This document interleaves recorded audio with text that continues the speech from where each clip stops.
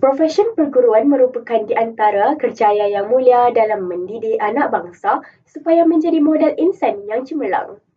Guru merupakan individu yang bertanggungjawab dalam meningkatkan kecemerlangan murid ke arah model insan yang berguna. Oleh itu, pelbagai pihak akan terlibat dalam usaha untuk meningkatkan kualiti profesyen perguruan. Inisiatif ini dilaksanakan untuk meningkatkan lagi kualiti sistem pendidikan supaya setanding dengan negara lain dan seterusnya memastikan kualiti guru sentiasa cemerlang untuk memenuhi keperluan negara. Kualiti yang ada bagi seseorang guru menjadi indikator utama dalam mengajar serta membimbing murid dan membentuk mereka supaya menjadi modal insan berguna. Menurut Abdul Rahim Hamdan dan Chia Lailai 2015, kualiti guru dalam pengajaran dan pembelajaran yang efektif menjadi penyumbang utama dalam mencorakkan kecemerlangan seorang pelajar. Kualiti bermaksud kayu pengukur dalam memberi penilaian terhadap sesuatu perkara. Definisi kualiti juga adalah mempunyai tafsiran yang berbeza mengikut kepada sesuatu perkara. Jika dilihat, kualiti juga boleh dilihat daripada sudut pendidikan. Bagi konteks pendidikan di Malaysia, beberapa kajian berkaitan dengan kualiti guru menghasilkan inisiatif bagi meningkatkan lagi kualiti guru dalam menjalankan tanggungjawab masing-masing. Menurut media Permata, guru berkualiti merupakan guru yang mempunyai pengetahuan yang luas dan mendalam mengenai aspek dan bidang pengajaran serta pembelajaran yang sesuai dengan tahap kebolehan pelajar yang diajar. Guru berkualiti juga adalah mereka dapat dan mampu menguasai serta merealisasikan segala kemahiran, pengetahuan dan kepakaran yang ada pada diri mereka sebagai alat meningkatkan keberkesanan pengajaran dan pembelajaran di sekolah. Manakala guru yang berintegriti pula bermaksud sifat jati diri yang merangkumi keikhlasan, keterbukaan, ketelusan, amanah, berpegang kepada prinsip, tidak mudah dipengaruh dan boleh dipercayai. Menurut Ashraf dan Nur Fariza tahun 2020, usaha untuk meningkatkan penguasaan murid terhadap satu bidang mempunyai perkaitan yang rapat dengan tahap kualiti guru. Oleh itu, aspek kualiti guru kini semakin diberi perhatian bagi usaha meningkatkan lagi tahap pendidikan di Malaysia. Yang pertama, seorang guru itu perlu mahir dalam pengajaran dan pembelajaran. Baiklah, kita teruskan lagi dengan tajuk kita yang seterusnya iaitu SKPMG 2 ataupun yang dikenali sebagai Standard Kualiti Pendidikan Malaysia Gelombang 2 adalah merupakan penggubalan semula SKPM 2010 dengan beberapa penambahbaikan hasil daripada siri kajian dan mesyuarat. Penambahbaikan kepada SKPMG 2 adalah bertujuan untuk meningkatkan kualiti dan juga menyesuaikan SKPM dengan perkembangan pendidikan semasa. Kementerian Pendidikan Malaysia (KPM) telah memperkenalkan Standard Kualiti Pendidikan Malaysia Gelombang 2 atau lebih dikenali sebagai SKPMG 2 bertujuan untuk meningkatkan kualiti pengoperasian sekolah di mana semua aspek penilaian SKPMG 2 adalah berdasarkan perkara dan tanggungjawab sedia ada di sekolah bertujuan untuk melaksanakan penambahbaikan dan meningkatkan kualiti pada beberapa standard seperti aspek kepimpinan, pengurusan organisasi, pengurusan kurikulum dan hal ehwal murid, pembelajaran dan pemudahcaraan dan kemenjadian murid. Jadi kita lihat standard yang keempat iaitu pembelajaran dan pemudahcaraan PDPC. Pemilihan strategi pengajaran dan pembelajaran PDPC adalah proses penting untuk mencapai hasil pembelajaran yang ditarget oleh guru. Guru memainkan peranan penting sebagai penyampai ilmu, pengetahuan dan kemahiran kepada pelajar-pelajar. Guru juga bertanggungjawab dan berperanan menjadi tempat untuk menyubur dan memperkembangkan minat, bakat dan kebolehan pelajar. Menurut Anwar dan Nelson, Seorang guru mestilah mempunyai elemen dan ciri-ciri untuk menjadi guru yang baik dan berkesan seperti menguasai kandungan subjek yang diajar, berpengetahuan dalam pedagogi, berupaya memilih sumber pengajaran, mampu mempelbagaikan strategi pengajaran, memiliki kemahiran teknologi, mempunyai kemahiran komunikasi yang baik dengan pelajar serta mempunyai sikap dan personaliti yang positif seperti bermotivasi, humor dan berkeyakinan. Guru memainkan peranan utama sebagai penyampai ilmu pengetahuan dan kemahiran kepada pelajar-pelajar. Guru bertanggungjawab dan berperanan menjadi tempat untuk menyubur dan memperkembangkan minat, bakat dan kebolehan pelajar. Guru adalah wadah untuk pelajar membina daya pemikiran yang kritikal, kreatif untuk membentuk 6C teras yang perlu dikuasai oleh semua guru untuk menghasilkan para pelajar yang berkualiti. Seterusnya, kita lihat pula aspek 4.1 iaitu guru sebagai perancang. Guru perlu bertindak sebagai perancang untuk memastikan kesediaan dan persediaan rapi dalam melaksanakan pembelajaran dan pemudahcaraan. Guru merancang pelaksanaan PDPC secara profesional dan sistematik. Mereka perlu menyediakan RPH iaitu rancangan pengajaran harian, menentukan kaedah pentaksiran, menyediakan sumber pendidikan, menetapkan bilik atau ruang sebagai tempat pembelajaran yang spesifik mengikut keupayaan murid, peruntukan masa dan arahan yang berkuat kuasa. Menurut Nurlela Ahmad dan Syamsuddin Osman 2020, pembelajaran secara didik hibur amat berkesan dan menjadi kepada para murid. Didik hibur bermaksud mendidik sambil menghibur, bersifat santai dan menyeronokkan. Jadi, guru-guru boleh merancang RPH mereka dengan melakukan pengajaran secara didik hibur seperti bernyanyi, berlakon dan juga bercerita. Dengan ini, murid akan berasa lebih tertarik untuk belajar ketika itu.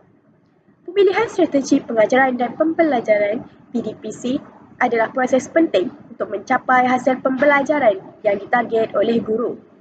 Selain itu, guru juga perlu bertindak untuk memastikan kesediaan dan persediaan yang rapi dalam melaksanakan pembelajaran dan pemudahcaraan. Guru perlu merancang pelaksanaan PDPC dengan profesional dan sistematik.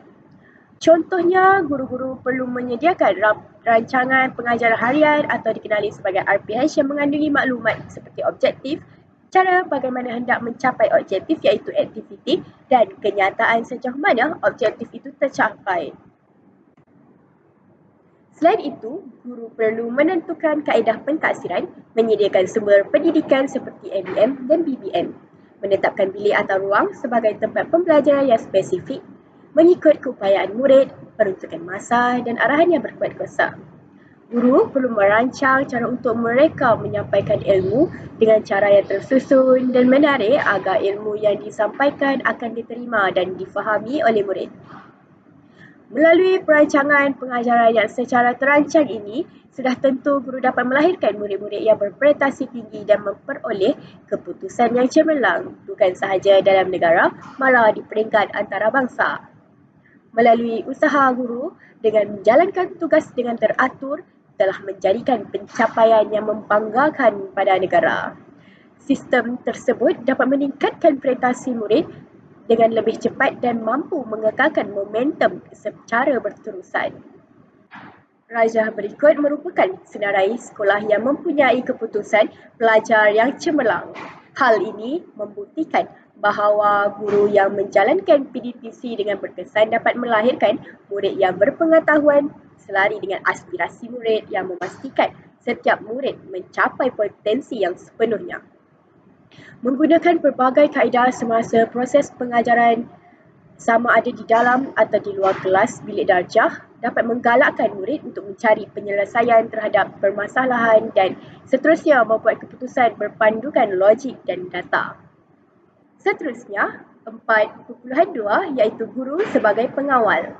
Guru perlu bertindak untuk mengawal pelaksanaan PDPC dan memastikan kelancaran proses PDPC berlaku mengikut apa yang dirancang.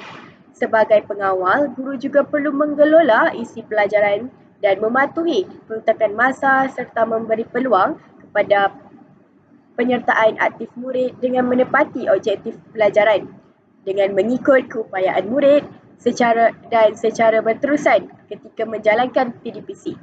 Selain itu, guru juga perlu mengawasi komunikasi dan perlakuan murid, menyusun atur kedudukan murid dan mewujudkan persekitaran pembelajaran yang kondusif mengikut kesesuaian dan keperluan. Guru perlu mengawal komunikasi murid ketika menjalankan PDPC agar semua berjalan dengan lancar.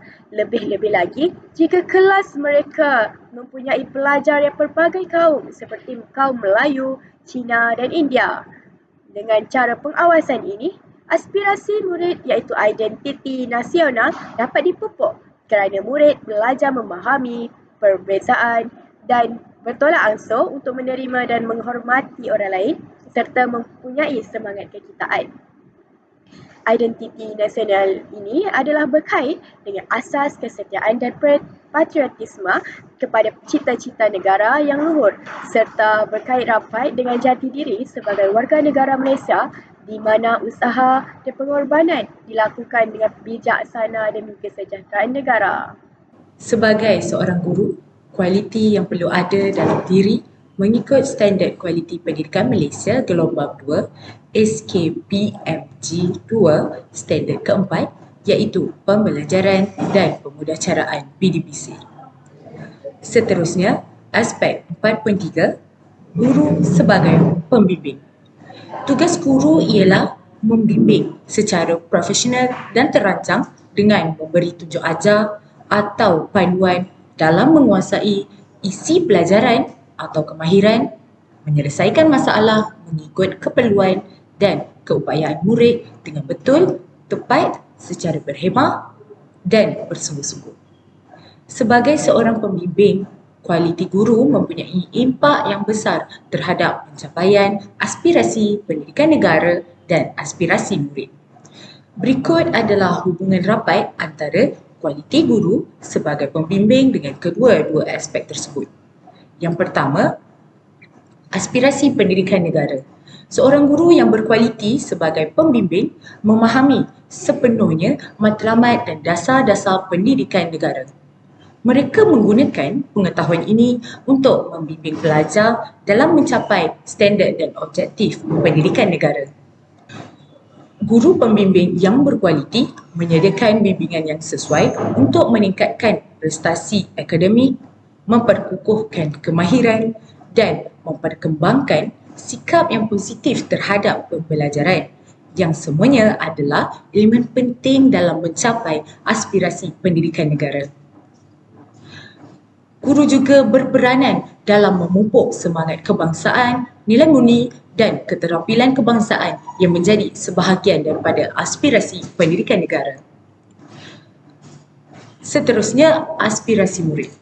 Sebagai pembimbing, kualiti guru berhubung rapat dengan aspirasi pelajar. Mereka membantu pelajar untuk mengenal pasti dan mencapai matlamat serta impian mereka dalam pendidikan dan kehidupan. Guru pembimbing yang berkualiti memberikan sokongan emosi, motivasi dan dorongan kepada pelajar untuk menghadapi cabaran serta mengatasi rintangan yang mungkin mereka hadapi dalam mencapai aspirasi mereka. Seterusnya, guru yang merupakan pembimbing juga bertindak sebagai model peranan yang memberi inspirasi kepada pelajar untuk mengejar cita-cita dan menyokong mereka dalam merancang langkah-langkah untuk mencapainya. Dengan memainkan peranan sebagai pembimbing yang efektif, guru tidak hanya membantu pelajar mencapai kejayaan akademik tetapi juga membentuk mereka sebagai individu yang bermakna dalam masyarakat. Hubungan yang rapat antara kualiti guru sebagai pembimbing, aspirasi pendidikan negara dan aspirasi murid adalah penting untuk memastikan pembangunan pelajar secara holistik dan pencapaian matlamat pendidikan negara. Seterusnya, aspek 4.4, guru bertindak sebagai pendorong untuk meningkatkan motivasi dan kemahiran insaniah, soft skills murid. Aspek 4.4 ini terbahagi kepada dua, iaitu 4.4.1 dan 4.4 4.2 di mana 4.4.1 guru mendorong murid dalam melaksanakan aktiviti pembelajaran secara profesional dan terancang. Tugas guru pendorong merangsang murid mewujudkan peluang untuk murid memimpin, memperoleh pengetahuan dan kemahiran secara kendiri berdasarkan objektif atau matlamat pelajaran mengikut keupayaan murid dan secara berterusan. Guru yang mendorong murid dalam melaksanakan aktiviti pembelajaran secara profesional dan terancang memainkan peranan penting dalam memenuhi aspirasi pendidikan negara dan aspirasi murid. Berikut adalah bagaimana hubungan tersebut saling berkait rapat. Bagi aspirasi pendidikan negara, guru yang melaksanakan aktiviti pembelajaran secara profesional dan terancang memastikan bahawa pendidikan berlaku dalam persekitaran yang sesuai dan produktif. Mereka memahami matlamat pendidikan negara dan memastikan bahawa pelaksanaan kurikulum dan pengajaran mereka selaras dengan matlamat ini.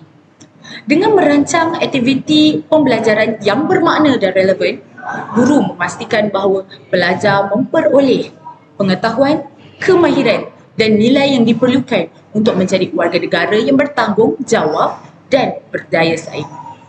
Guru yang profesional juga membantu memupuk sikap dan nilai yang diingini oleh pendidikan negara seperti kecemerlangan akademik, kepimpinan, kerjasama dan etika kerja. Bagi aspirasi murid pula, guru yang mendorong murid dalam melaksanakan aktiviti pembelajaran memahami keperluan individu dan aspirasi setiap pelajar. Mereka menggunakan pendekatan pengajaran yang sesuai dan membantu pelajar mencapai matlamat pendidikan mereka.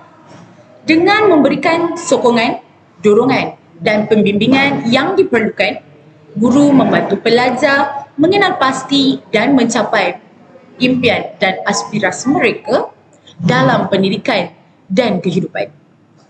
Melalui aktiviti pembelajaran yang profesional dan terancang, guru juga memberikan peluang kepada pelajar untuk mengembangkan kemahiran kehidupan yang penting seperti pemikiran kritis, komunikasi, kerjasama yang membantu mereka mencapai aspirasi peribadi dan profesional mereka. Dengan menggalakkan murid dalam melaksanakan aktiviti pembelajaran secara profesional dan terancang, guru memainkan peranan penting dalam mencapai aspirasi pendidikan negara dan aspirasi murid. Hubungan yang erat antara pelaksanaan kurikulum, pengajaran yang efektif dan keperluan serta aspirasi individu pelajar adalah kunci keberhasilan dalam memenuhi matlamat pendidikan negara serta membangunkan potensi setiap murid. Kemudian, aspek 4.4.2 pula ialah guru mendorong emosi murid dalam melaksanakan aktiviti pembelajaran secara profesional dan terancang. Sebagai guru yang mendorong emosi murid dalam melaksanakan aktiviti pembelajaran secara profesional dan terancang memainkan peranan penting dalam mencapai aspirasi pendidikan negara dan aspirasi murid. Berikut adalah bagaimana kedua-dua aspirasi ini berlaku. Melalui aspirasi pendidikan negara, guru yang peka terhadap emosi murid memahami bahawa pembelajaran yang berkesan tidak hanya melibatkan aspek kognitif tetapi juga emosi dan sosial. Mereka merancang aktiviti pembelajaran yang mempertimbangkan keperluan emosi dan psikologi murid. Dengan mengambil kira keperluan emosi murid, guru dapat mencipta persekitaran pembelajaran yang positif dan menyokong dan yang dapat membantu meningkatkan motivasi dan minat pelajar terhadap pembelajaran. Guru yang terlatih secara profesional juga dalam pengurusan kelas dan pembangunan emosi juga dapat membantu murid mengendalikan tekanan dan kecemasan yang mungkin mereka alami semasa proses pembelajaran.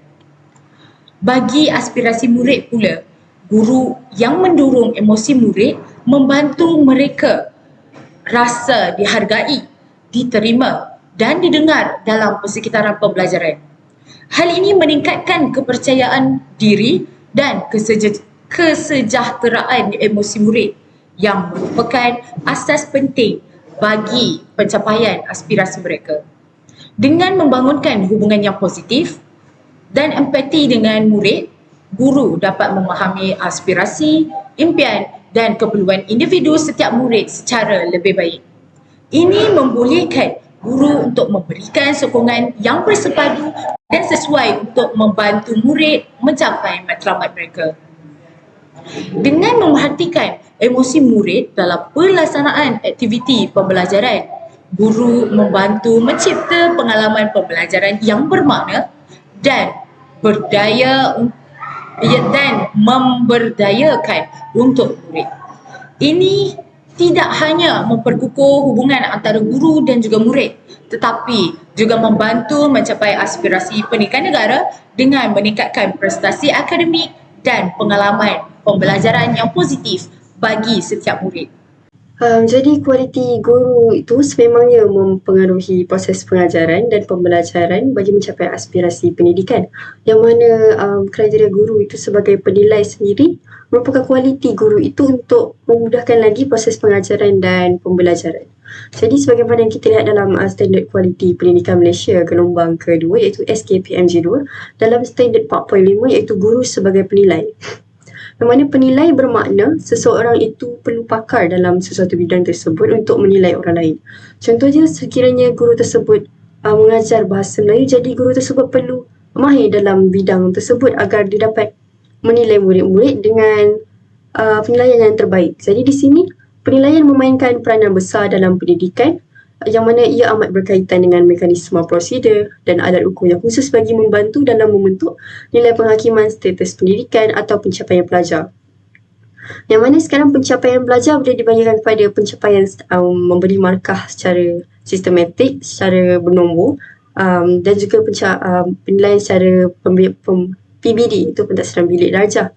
Yang mana pentafsiran bilik darjah ini memerlukan perhatian oleh guru untuk menilai tahap-tahap prestasi murid-murid. Yang mana apabila guru ini menilai, guru tersebut perlulah memerhati dengan betul setiap pelajar agar setiap pelajar itu diberikan tahap yang bersesuaian dengan mereka. Jadi sebagai seorang penilai ini, sebagai seorang guru itu, mereka perlu meningkatkan lagi pengetahuan dan kemahiran dan sikap profesional mereka dalam bidang pentafsiran melalui pembacaan, penyelidikan, perkongsian, refleksi dan pembelajaran sepanjang hayat yang merupakan satu daripada etika profesional. Jadi, guru ini sendiri untuk menjadi guru yang berkualiti iaitu penilai itu sendiri, mereka perlu ada pengetahuan, mereka perlu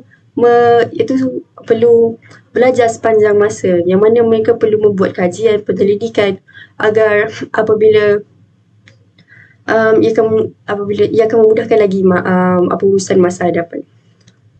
Jadi standard kualiti bawah standard 4.5 ini juga ialah guru perlu melaksanakan penilaian secara sistematik dan terancang, yang mana guru perlu menggunakan pelbagai kaedah pentafsiran dalam PDBC. Yang mana kita lihat kaedah pentafsiran antaranya ialah guru boleh melakukan secara pemerhatian, lisan dan penulisan. Jadi dari segi pemerhatian ini, kualiti seorang guru itu juga bergantung dengan cara mereka kawal emosi dan sikap mereka. Yang mana apabila mereka menilai berdasarkan penilai itu adalah berdasarkan pemerhatian yang bergantung kepada emosi-emosi mereka. Misalnya kalau seseorang penilai itu kata murid ini baik, tak semestinya penilai lain akan kata murid tu taknya baik juga, sebab pemerhatian ini dipengaruhi oleh emosi guru tersebut. Jadi kita dapat lihat bahawa kadang-kadang tahap murid itu akan berbeza-beza kerana perbezaan perspektif penilaian antara penilai tersebut.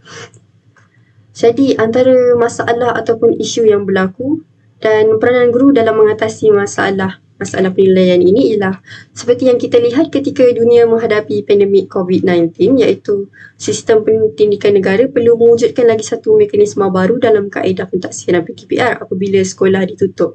Yang mana kita lihat semasa pandemik COVID-19 ni,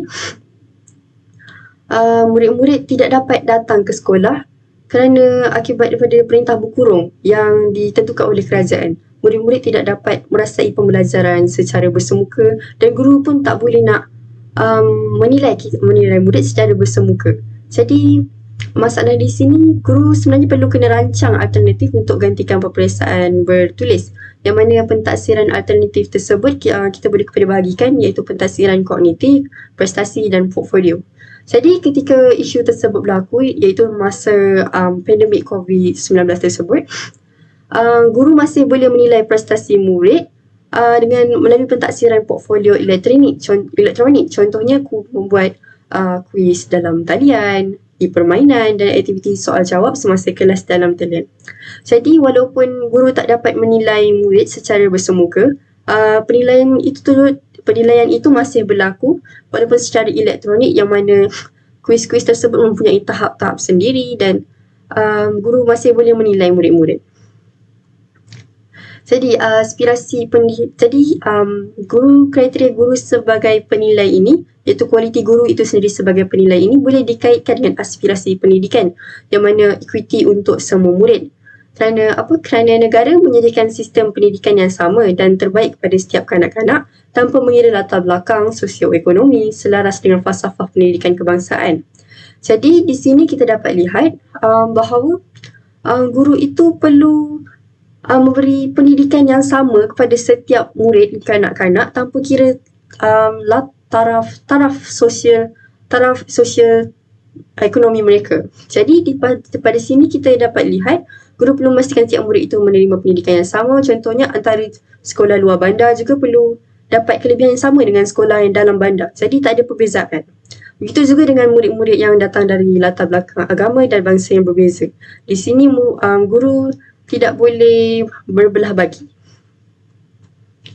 Jadi seperti data yang dilihat, data menunjukkan grade purata mengikut lokasi, yang mana pencapaian SPM tahun 2022 antara bandar dan luar bandar telah menunjukkan peningkatan, iaitu jurang pencapaian calon SPM antara bandar dengan luar bandar tersebut mengecil, yang mana kita dapat lihat bahawa kualiti seorang guru pada ketika itu sangat berkualiti, yang mana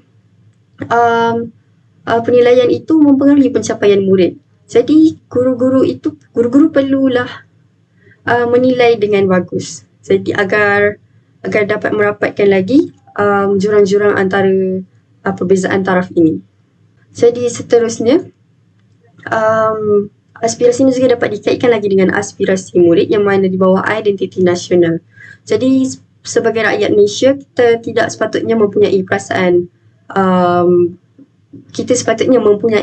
tidak berbelah bagi agar perpaduan dan masa depan negara kita terjamin. Kerana seperti yang kita lihat, negara kita diraihkan dengan pelbagai bangsa dan juga pelbagai etnik kepercayaan. Jadi kita hendaklah tidak memandang perbezaan antara taraf-taraf tersebut. Jadi di sini juga penilaian seorang guru itu hendaklah mempunyai nilai integriti, yang mana tidak mempunyai sikap berat sebelah antara murid yang taraf sosialnya lebih rendah dengan murid lain. Jadi setiap murid itu mempunyai penilaian yang sama walaupun mereka berasal daripada latar belakang yang berbeza. Jadi sebegitu jugalah.